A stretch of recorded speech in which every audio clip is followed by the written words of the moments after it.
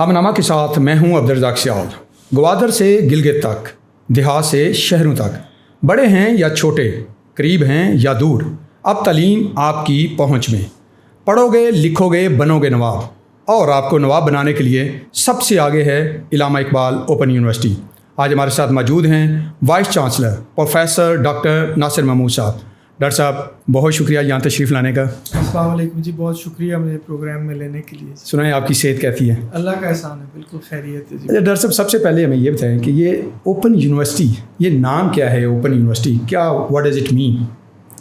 اچھا، اوپن جو ہے نا جی، اس کا تصور اس تعلیم کا یہ ہے کہ جنرلی آپ یوں کہہ لیجئے کہ عمومی طور پہ جو فارمل انسٹیٹیوشنز میں لوگوں کے پڑھنے سے متعلق کچھ لمیٹیشنز ہوتی ہیں، مثلاً ایک ایج بریکٹ ہے، تو آپ اس ایج بریکٹ میں اسکول میں، یونیورسٹی میں، کالج میں داخلہ لیتے ہیں۔ سو اوپن کا تصور یہ ہے کہ یہاں کوئی ایج لمٹ نہیں ہے، آپ زندگی کے کسی بھی حصے میں کسی بھی پروگرام میں پڑھنا چاہیں تو آپ داخلہ لے سکتے ہیں۔ دوسرا یہ کہ پروگرامز کی ڈیوریشن اس طرح سے فکسڈ نہیں ہے جس طریقے سے باقی یونیورسٹیوں کے پروگرام، مثلاً بی ایس پروگرام ہے 4 سال کا ہوتا ہے، ایف اے ہے 2 یا ایف ایس سی ہے 2 سال کی ہوتی ہے، ایم فل 2 سال کا ہوتا ہے۔ سو یہاں پہ بھی بیسک ڈیوریشن وہی ہے، لیکن اگر آپ چاہیں تو آپ اس کو ایکسٹینڈ کر سکتے ہیں۔ آپ 4 سال میں نہیں پورا کر سکتے تو آپ 8 سال میں لے لیں۔ ایک سیمسٹر میں 6 کورس نہیں لے سکتے، آپ کوئی کام کرتے ہیں یا آپ سمجھتے ہیں کہ اتنا ورک لوڈ نہیں مناسب، تو آپ 6 کی بجائے 4 کورس لیں۔ بنیادی طور پہ آپ لوگوں کو کنوینئنٹ رکھتے ہیں، انہیں کہتے ہیں کہ اپنی کنوینئنس کے مطابق آپ اسٹڈی کریں، لیکن اسٹڈی کریں۔ جی ہاں، یہ مقصد بالکل ہے۔ اوپن ہے کہ آپ کا ٹائم جب بھی آپ فلیکسیبل ہو۔ ہاں جی۔ سب سے پہلے بتائیں کہ آپ کا اسٹوڈنٹ ٹوٹل کتنا ہے اس وقت؟ اس وقت یونیورسٹی میں جی تقریباً آپ یوں کہہ لیں 10,50,000 کے قریب اسٹوڈنٹس پڑھتے ہیں ابھی جو انرول ہے، جو ایگزسٹنگ انرولمنٹ ہے۔ کیا یہ میرے خیال میں اتنی بڑی کوئی اور یونیورسٹی ہے جس کے پاس اتنا اسٹوڈنٹ ہوگا؟ نہیں، پاکستان میں ایسی نہیں ہے، اور شاید دنیا میں بھی بہت کم ہوں گی، کیونکہ اوپن یونیورسٹیز میں نا ایک کانسیپٹ ہے میگا یونیورسٹیز کا۔ جب کسی یونیورسٹی کی انرولمنٹ 10 لاکھ سے اوپر جاتی ہے نا تو اس کو کہتے ہیں میگا یونیورسٹیز۔ تو دنیا میں بھی میگا یونیورسٹیز اپنی تعداد میں لمیٹڈ ہی ہیں۔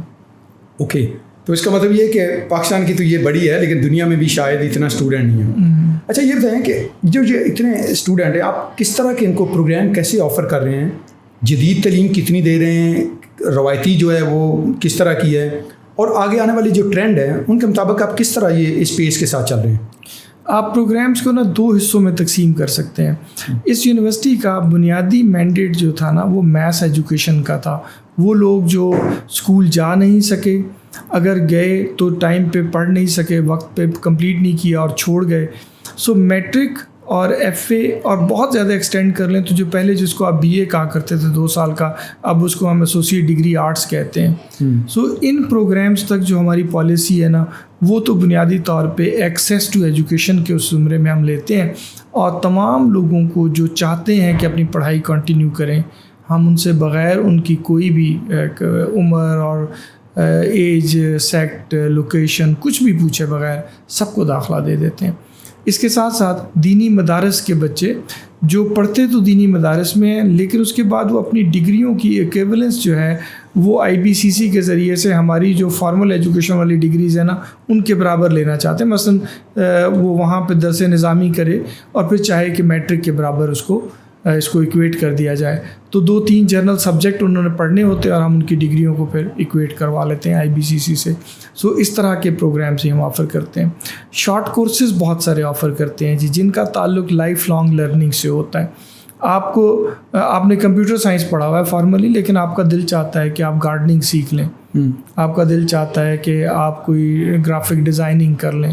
سو چھوٹے چھوٹے شارٹ کورسز جو ہیں وہ ہمارا ایک لائف لانگ لرننگ سینٹر ہے، اس کے ذریعے سے ہم اس طرح کے شارٹ کورسز جو کمیونٹی سروس کے طور پہ ہم آفر کرتے رہتے ہیں۔ سو ایک اسٹریم یہ ہو گئی جی۔ دوسری وہ ہیں جس میں اب انڈر گریڈ پروگرامز ہیں، ایم فل ہے، PhD پروگرامز ہیں، ان میں وہی تمام رولز اسی طریقے سے لاگو ہوتے ہیں جس طریقے سے ہائر ایجوکیشن کمیشن ان کو ڈیزائن کرتا ہے، کیونکہ وہ ریگولیٹر ہے ہائر ایجوکیشن کا، تو ان کی دی گئی شرائط کو مد نظر رکھتے ہوئے ہم ان پروگرامز کو چلاتے ہیں۔ اچھا، آپ کی جو یونیورسٹی ہے ان کی انفرادیت کیا ہے اس کے اندر؟ کیا آپ یہ بتائیں کہ کون سا منفرد کام ہے جو آپ کر رہے ہیں، اور آپ کو لگتا ہے کہ جو آپ کا اسٹوڈنٹ ہے وہ انٹرنیشنلی کہیں پہ بھی کمپیٹ کرتا ہے؟ یونیورسٹی کی جہاں تک ریکگنیشن کا معاملہ ہے نا جی، یہ ایک ایکٹ آف پارلیمنٹ کے تحت بنی ہوئی پبلک سیکٹر فیڈرل گورنمنٹ کی یونیورسٹی ہے. سو وہ تمام ریکگنیشنز جو فیڈرل یونیورسٹیز کو اویلیبل ہیں وہی اس یونیورسٹی کو بھی اویلیبل ہیں. ملک سے باہر کیونکہ ہم ممبر ہیں جو ایسوسیشن آف اوپن یونیورسٹیز ہے اس کے ممبر ہیں، سو لہٰذا ملک سے باہر بھی ایکریڈیٹیشن والے مسائل ہمارے ساتھ نہیں ہیں. ہمارے گریجویٹس ملک دنیا میں کہیں پڑھنا چاہتے ہیں تو ان کی ڈگریاں بالکل ویسے ہی ریکگنائزڈ ہیں جی، جیسے کسی بھی اور یونیورسٹی کی ڈگری ریکگنائز کی جاتی ہے. آپ نے کہا کہ یونیکنیس ہماری کیا ہے، میں سمجھتا ہوں کہ ہماری یونیکنیس ہماری ریچ ہے. ہم وہاں تک پہنچتے ہیں جہاں پہ فارمل ایجوکیشن کا سیٹ اپ ایگزسٹ ہی نہیں کرتا. ہم اس کلچر میں، اس ٹریڈیشنز کے اندر ہماری پینیٹریشن ہے جہاں پہ خواتین کو گھر سے باہر پڑھنے کے لیے جانے کی اجازت نہیں ہے. سو ہم ان کے گھروں تک پہنچ جاتے ہیں. خواتین کے لیے خواتین کے لیے یہ یونیورسٹی کتنی سود مند ہے، کیا کردار ادا کری ہے، اور کوئی ایک آدھ ایگزامپل دیں کہ کیسے ایریاز ہیں جو بالکل چھوٹے بہت دور فار فلانگ ایریاز جو ہیں کہ وہاں پہ آپ ان تک کیسے ایکسیس کیسے ہوتی ہے آپ کی؟ ہمارے ریجنل آفیسز کا نیٹ ورک ہے جی. ہمارے پاکستان میں 54 ریجنل آفیسز ہیں جو کہ گلگت سے لے کے گوادر تک ہر جگہ پہ موجود ہیں.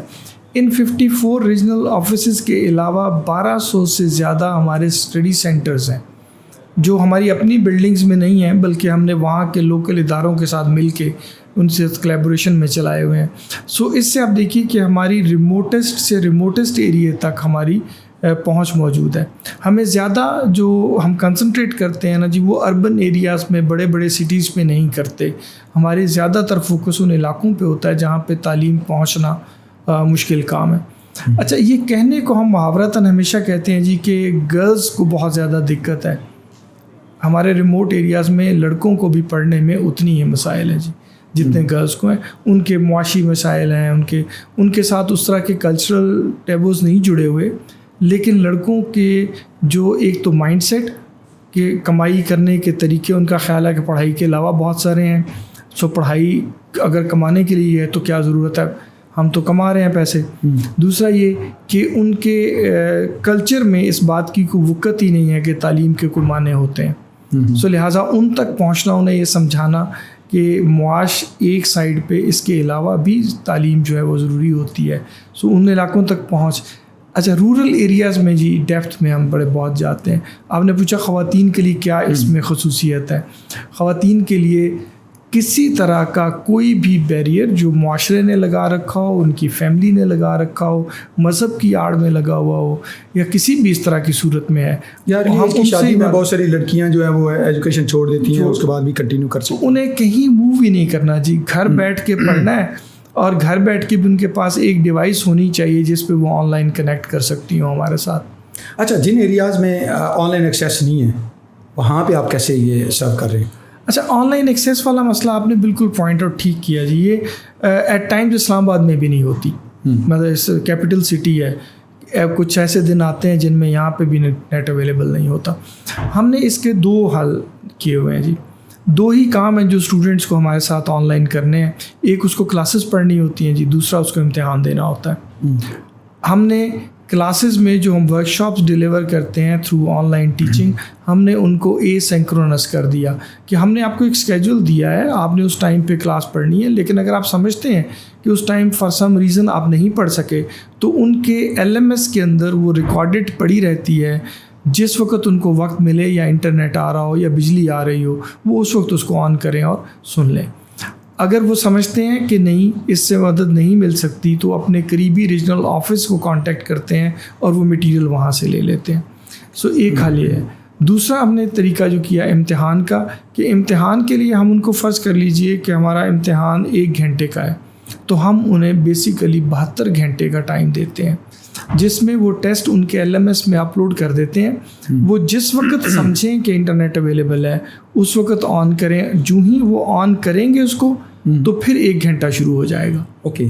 اور پھر اگر درمیان میں ڈسکنیکٹ بھی ہو جاتا ہے تو وہ دوبارہ انٹر ہوں گے، تو جہاں پہ ڈسکنیکٹ ہوا تھا وہیں سے امتحان دوبارہ شروع ہو جائے گا. اور ہاں، البتہ یہ ہے کہ اب ٹیسٹ جو پہلے اپیئر ہوا تھا، جتنا آپ نے کر لیا سو کر لیا، باقی نیا آئے گا. وہ چینج ہو جاتا ہے. یہ آپ نے پیچھے یہ کس طرح اس کو آپ مطلب ٹیکنالوجی کے ذریعے آپ اس کو کر رہے ہیں, کیا پروسیجر ہوتا کیا ہے؟ جی LMS کے اندر پروویژن ہے, آئٹم بینک بنا ہوتا ہے, وہ ہر کینڈیڈیٹ کے لیے ایک ٹیسٹ جنریٹ کرتا ہے اور وہ بالکل مطلب ایکسکلوسیو ہوتا ہے, ایکسکلوسیو ہوتا ہے اس کے لیے, مطلب ایسا نہیں ہے کہ مجھے کوئی اور ٹیسٹ آیا ان کو اور ایسے نہیں. اچھا مجھے یہ بتائیں کہ ڈیجیٹلائزیشن مطلب دنیا پوری ڈیجیٹل ہو گئی ہے, اور آپ اس طرح کس طرف یونیورسٹی کو لے کے جا رہے ہیں اور کیا کر رہے ہیں اس کے لیے اقدامات؟ یونیورسٹی جی آلریڈی 2016 سے ڈیجیٹلائزیشن کے پروسیس میں تھی. ہم نے 2020 میں اپنا ڈیجیٹل سسٹم مکمل کر لیا تھا, اور تب سے لے کے ہم اپنے میجورٹی کورسز جی ایکسیپٹ میٹرک پروگرام جو ہے, یا اس سے پہلے مڈل ٹیک ہے, میٹرک کے پروگرام کے علاوہ اور FA کے علاوہ باقی تمام چیزیں آن لائن آفر کرتے ہیں. تو اسٹوڈنٹس کو کسی بھی سینٹر میں ہمارے وزٹ نہیں کرنا پڑتا. اچھا ڈاکٹر صاحب, یونیورسٹیوں کی تعداد بہت زیادہ ہو گئی ہے, بچے جو اخلاقی طور پہ وہ تھوڑے سے پیچھے جا رہے ہیں.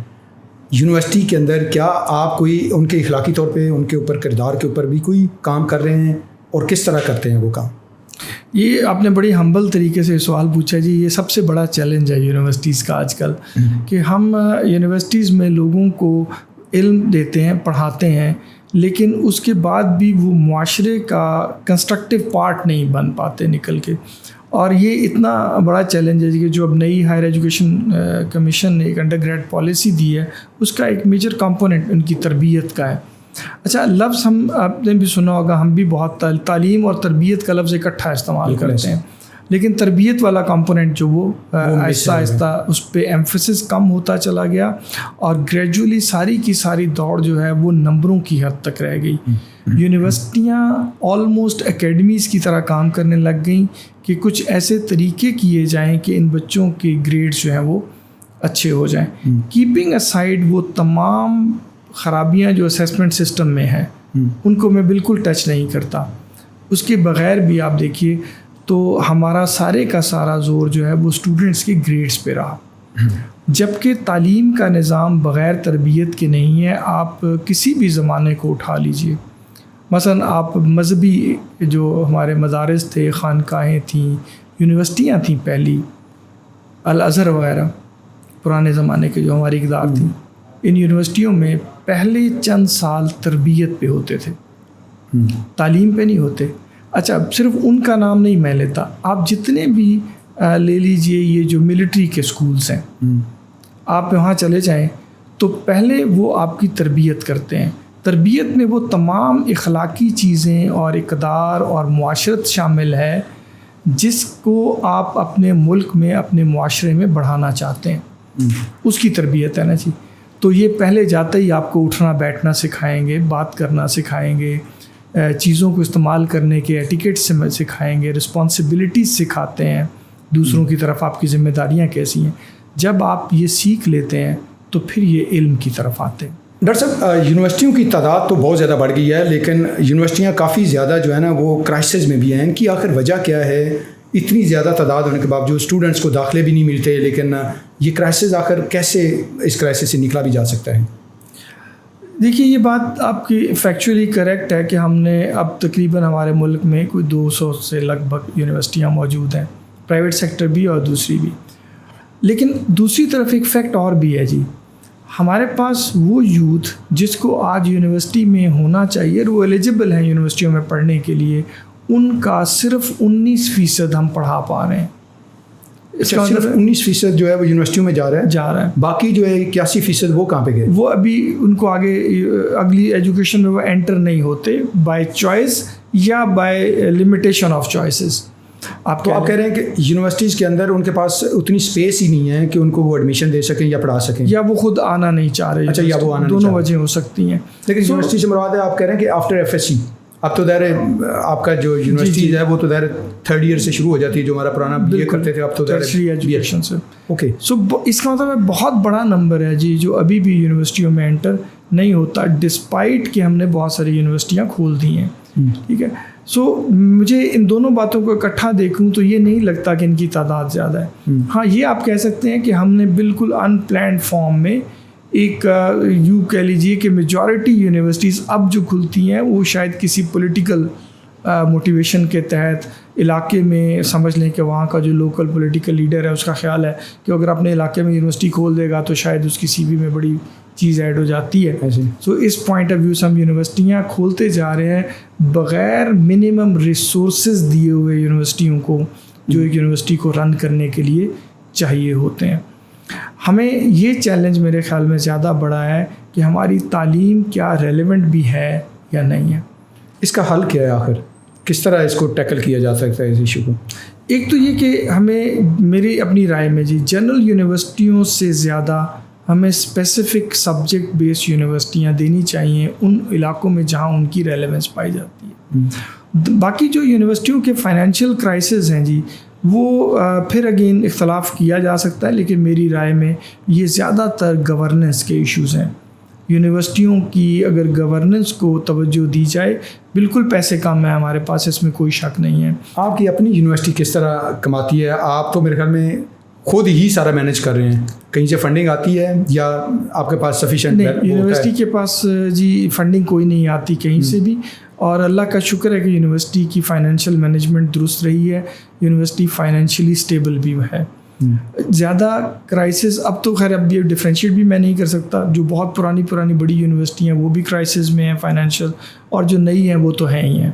ڈاکٹر صاحب فیسز تو کافی زیادہ لے رہے ہیں، لیکن اس کے باوجود آپ کہہ رہے ہیں کہ یہ کرائسس میں یونیورسٹیز ہیں. جی میں نے وہی گزارش کی نا کہ یہ گورننس کا ایشو ہے. اوکے، یونیورسٹیوں کو گورن کرنے کے خاص طور پہ فائنینشیل ڈسپلن کے معاملات جو ہے نا، ان کو ہمیں ایک دفعہ ریویو کرنا چاہیے کہ یونیورسٹیاں جو اس امید پہ چل رہی ہیں نا کہ ہائر ایجوکیشن کمیشن یا گورنمنٹ آف پاکستان ان کو فنڈ کرتی رہے گی، اس طرح سے نہیں چل سکتا.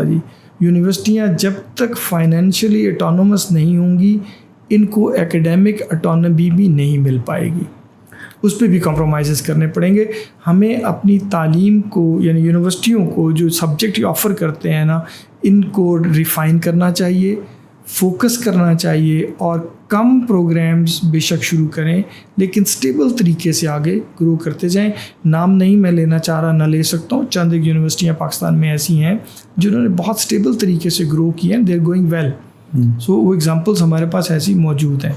سو یونیورسٹیوں کے معاملات میں فائنینشیل اٹانومی، گورنمنٹ پہ ڈپینڈنس اپنی ختم کریں. فیسیں بڑھانا، فیس جو ہے وہ آپ کے سورس آف انکم میں سے ایک ہے، سارا انکم کا سورس وہ نہیں ہو سکتی، ٹھیک ہے. اور یہ بھی درست ہے کہ اسٹوڈنٹس جو ہیں وہ افورڈ نہیں کر پا رہے، ان کی اس سے اچھا کہ یہ وجہ تو نہیں ہے کہ لوگ جو افورڈ ہی نہیں کر پا رہے اس وجہ سے وہ یونیورسٹی جا ہی نہیں رہے؟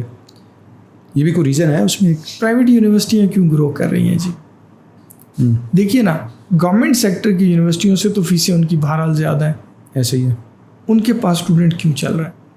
اور اگر وہ کوئی بڑی یونیورسٹی پرائیویٹ سیکٹر کی 3,000 5,000 10,000 اسٹوڈنٹ کے ساتھ اپنا سارا کچھ مینیج کرتے ہیں، تو پبلک سیکٹر یونیورسٹی 40,000 اسٹوڈنٹ رکھ کے 30,000 اسٹوڈنٹ رکھ کے کیوں مینیج نہیں کر پاتی؟ سو یہ فیسوں کا ایشو نہیں ہے میرے نزدیک. اوکے.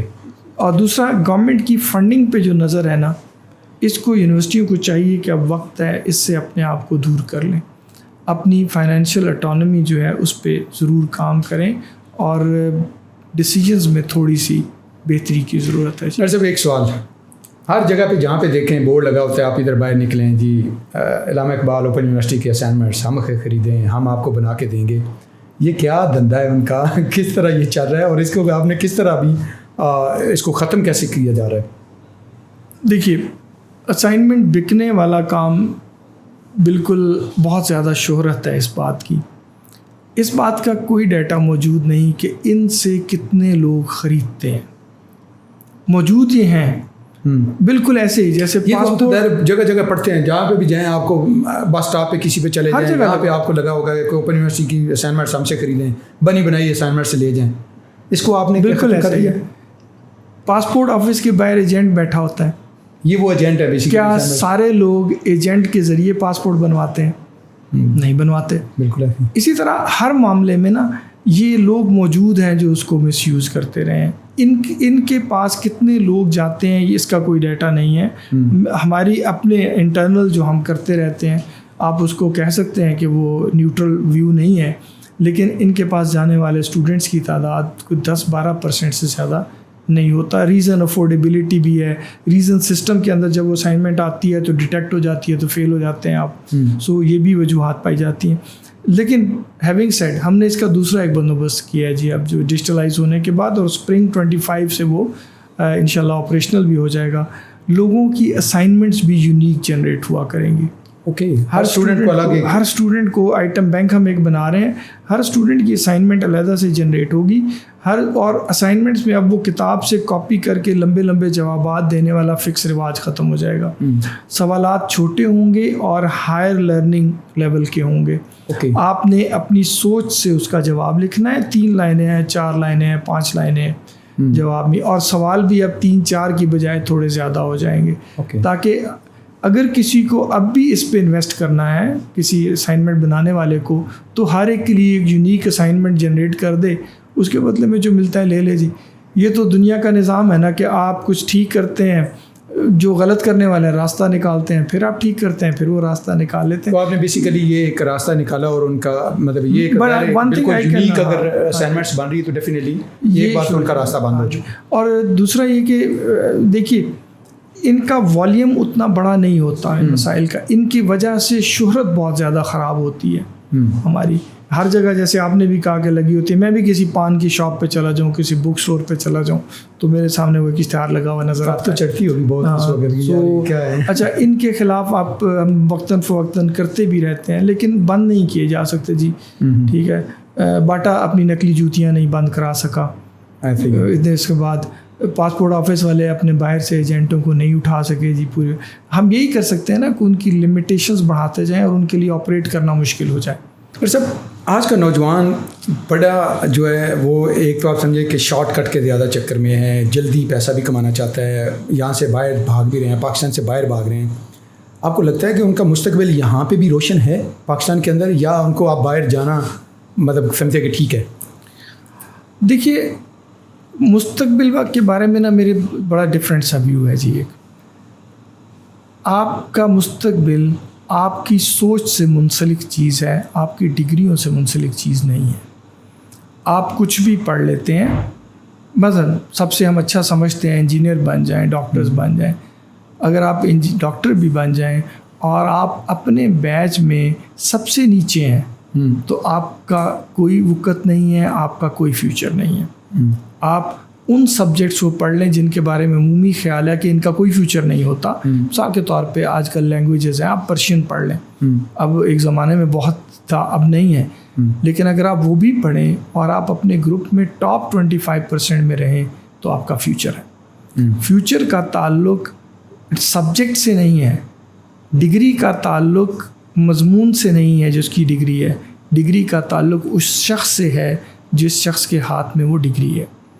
اگر آج بھی آپ کچھ پڑھتے ہیں اور پوری توجہ سے لگن سے کرتے ہیں تو آپ کے لیے فیوچر اوپن ہے. میں آپ کو ہزاروں مثالیں دے سکتا ہوں لوگوں کی جن کو آپ سمجھتے ہیں کہ انہوں نے ایک بالکل عام سی چیز پڑھی اور اس کے بعد ان کا کیریئر جو ہے کچھ بھی عموماً نہیں ہونا چاہیے تھا, لیکن وہ بہت ترقی کی اور ملک میں نام ہے جی ان کا. اچھا ڈاکٹر صاحب, دنیا میں مطلب تیزی کے ساتھ اس طرف جا رہی ہے دنیا کہ آپ وہ کہتے ہیں کہ ڈگری نہیں, ہنر آپ کے پاس ہونا چاہیے. اب پریکٹیکلی ہمیں کیا کر کے دے سکتے ہیں؟ آپ کو لگتا ہے کہ آپ کی یونیورسٹی جو ہے وہ لوگوں کو ہنرمند بھی بنا رہی ہے؟ میں اس پہ بھی آتا ہوں. یہ بہت دوڑ آج کل چلی ہوئی ہے جی. آج کل کہیں بھی گفتگو سنیں تو پہلے یہ ہوتی ہے لوگوں کو اسکل سکھانی چاہیے. میں کسی کو اردو پڑھاتا ہوں جی, وہ تو اسکل بیسڈ سبجیکٹ نہیں ہے, وہ اور طرح کی تربیت کا مضمون ہے. اسکل بیسڈ ایجوکیشن شروع سے ہے اور علیحدہ سے موجود تھی, جس کو ہم اپنے پاکستان کے اس کانٹیکس میں کہیں تو یہ جتنے ٹیکنیکل ووکیشنل ادارے تھے یہ یہی کام کرتے تھے. ان کا کام تھا کہ میٹرک کے بعد کچھ بچوں کو اسکل سکھا دینی جو کہ مین اسٹریم ایجوکیشن جس کو آپ سو کالڈ کہتے ہیں تو اس میں نہیں آنا چاہتے. آپ کسی کو پلمبر بننے کے لیے سکھا دیں, کسی کو الیکٹریشین کا کورس کروا دیجئے, کسی کو گرافک ڈیزائن کا کورس کروا دیجئے, آج کل ہیں تو IT بیسڈ کورس کروا دیجئے. یہ تعلیم ہمیشہ سے موجود رہی, یہ مؤثر رہی یا نہیں رہی, یہ ہمارا سوال ہے. اور ہم نے اس کو کبھی بھی ریکگنیشن اس طرح سے, ریکگنیشن سے میری مراد ہے جی ٹیکنیکل اینڈ ووکیشنل ایجوکیشن کے گریجویٹس کے لیے کیریئر لمیٹڈ سا تھا. تو لوگ کیوں ادھر آ جائیں گے؟ آپ نے ان کے ساتھ ایک سٹگما جوڑ رکھا تھا جیسے یہ کوئی سیکنڈ یا تھرڈ ریٹ اسٹوڈنٹس ہیں جو یہ کام کرتے ہیں، تو وہاں تو کوئی نہیں آئے گا۔ اب وقت کے ساتھ ساتھ وہ جو ہنر تھے ان کی اہمیت بڑھ گئی، لہٰذا اب لوگ اس کی طرف جانا بھی شروع کر دیں گے۔ کیریئر پاتھس ابھی بھی آپ نے نہیں بنائے، لیکن یہ تعلیم آپ کی ڈگریوں کا متبادل نہیں ہے، وہ ایک اور سٹریم ہے۔ مثلا آپ کو اس ملک میں کسی سبجیکٹ کی ترویج چاہیے، آپ نے ریسرچ کے کلچر کو پروموٹ کرنا ہے، آپ نے مختلف طرح کی پالیسیز میں لوگوں کو انکلوڈ کرنا ہے، بنانی ہے، ملک کے لیے فیصلے کرنے ہیں، تو یہ شارٹ کورسز والے لوگ نہیں کر سکتے۔ صاحب آپ کی کافی ساتھ ساتھ ٹھنڈی ہو رہی ہے بالکل ہی، تو اب آپ تھوڑا سا چلتے ہیں آپ کی ذاتی لائف کی طرف۔ آپ مجھے بتائیں کہ آپ کا کہاں پہ بچپن کہاں پہ گزرا ہے، کہاں سے آپ نے ابتدائی تعلیم حاصل کی ہے؟ میں جی والد صاحب میرے وابڈا میں جاب کرتے تھے جی، ان کی پوسٹنگ تربیلا ڈیم میں تھی، تو جب میں پیدا ہوا تو وہ وہاں پہ پوسٹڈ تھے، تو میری ابتدائی جو زندگی ہے اور تعلیم ہے وہ تربیلا ڈیم میں گزری ہے جی۔ تو کون سا سبجیکٹ آپ کا کون سا فیوریٹ تھا؟ سبجیکٹ جو مجھے پڑھنے کو کہا جاتا تھا ان میں سے کوئی بھی میرا فیوریٹ نہیں، مطلب بائی فورس پڑھائے گئے آپ؟ نہیں، وہ ایک رواج تھا جو والدین کو اچھے لگتے تھے سبجیکٹ، ان کا خیال تھا کہ یہ فیوچر ان سے بہتر ہو جاتا ہے، تو وہ سبجیکٹ وہ پڑھایا کرتے تھے۔ کون سائنس سے ہمیں پتہ تو چلے کہ کون سائنس کے سبجیکٹ تھے، جان جاتی تھی آپ کی، ہماری طرح ہماری بھی جان جاتی تھی۔ ہاں جی، فزکس، میتھ، کیمسٹری وغیرہ یہ سبجیکٹس تھے، اور میرا اپنا رجحان جو تھا وہ اس وقت ادب کی طرف تھا زیادہ، اس کو پڑھنا، آرٹس کی جو سو کالڈ مضامین ہے، سوشیولوجی وغیرہ ہو گیا، سائیکالوجی، ان چیزوں کی طرف زیادہ دھیان تھا۔ سو لہٰذا میں نے میٹرک کیا سائنس کے ساتھ، ایف ایس سی کی، بی ایس سی پی کی۔ اچھا، تھرو آؤٹ کیریئر جو سارا وہ آپ سائنس پڑھ کے 14 سال کے بعد پھر میں ٹیچنگ کی طرف آیا۔ اچھا، تو آپ نے کبھی ابو سے بغاوت نہیں کی کہ ابو مجھے یہ نہیں یہ پڑھنا ہے، مجھے بتائیں کہ میرا تو شوق ادھر ہے؟ ایسا نہیں کبھی ہوا؟ اتنا کچھ سوچنے کی اجازت ہوتی تھی۔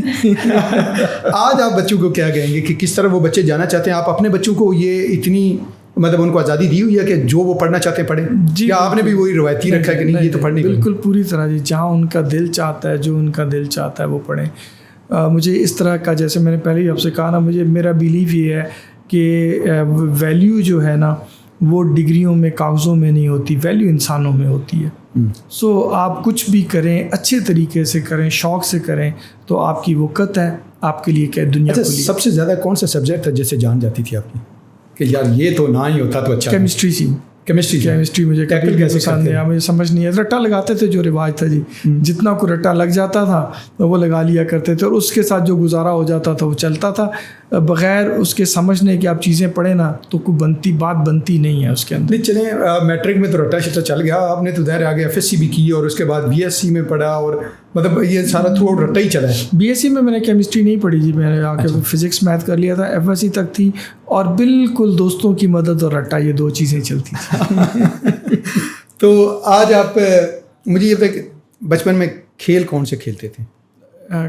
کھیل جی ہاکی بھی کھیلتے رہے، کرکٹ بھی کھیلتے رہے۔ جو کھیل کا وہ جنون اس وقت ہاکی کا تھا اس وجہ سے تھی، یا مطلب آپ کو اس زمانے میں جی، ہر زمانے میں بلکہ نا ہاکی ٹیم بہت اچھا پرفارم کرتی تھی، سو لہٰذا بچوں میں بھی وہی شوق تھا کہ ہم نے اسکول میں بھی کھلائی جاتی، اسکول میں بھی کھیلتے تھے۔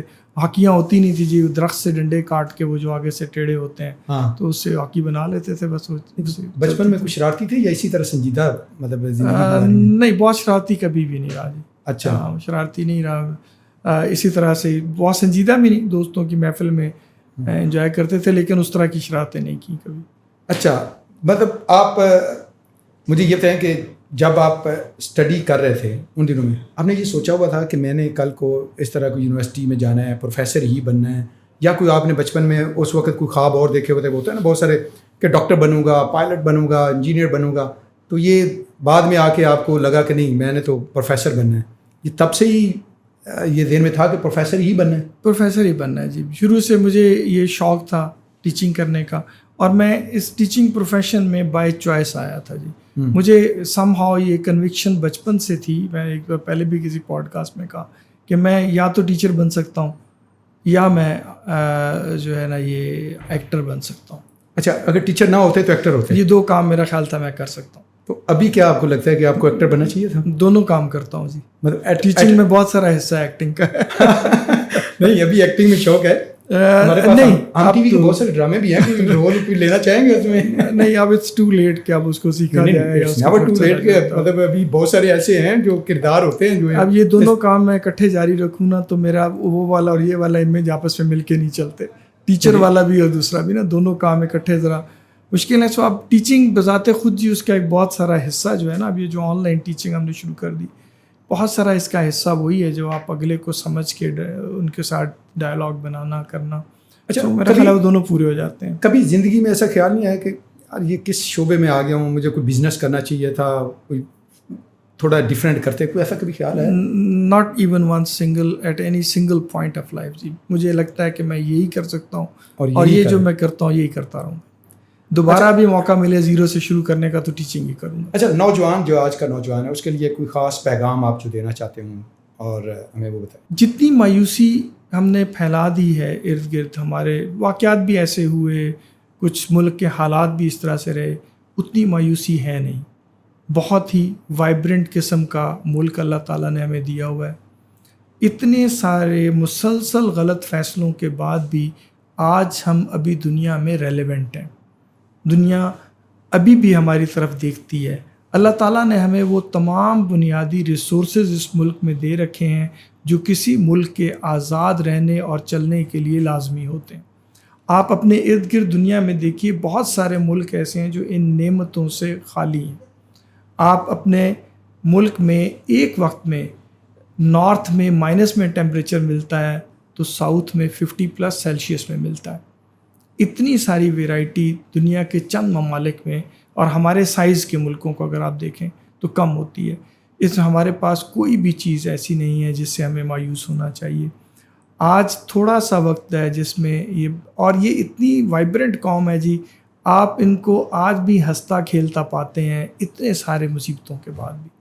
یہ شکایت بھی کرتے رہتے ہیں لیکن ساتھ ساتھ یہ اپنی زندگی انجوائے بھی کرتے ہیں, کام بھی کرتے ہیں. لائف جو ہے نا وہ اپنے ملک میں ہوتی ہے جی.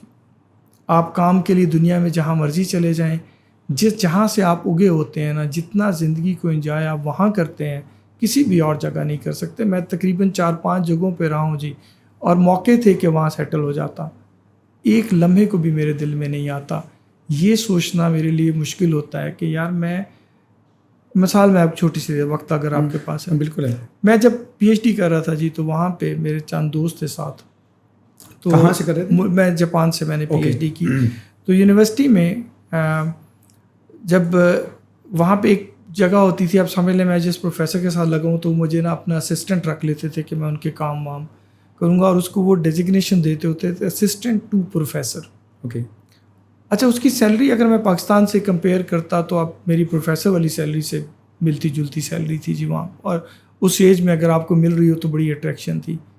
لیکن میرے دوست ایک وہاں رہ گئے, ان سے جب وہ واپس آئے 12-14 سال بعد, تو میں نے پوچھا اس سے, میں نے کہا اگر آج آپ اپنے فیصلے کو ریویو کریں تو آپ کو لگتا ہے کہ درست فیصلہ کیا تھا؟ اس نے 2-3 باتیں مجھے کہیں جی بڑی اہم تھی.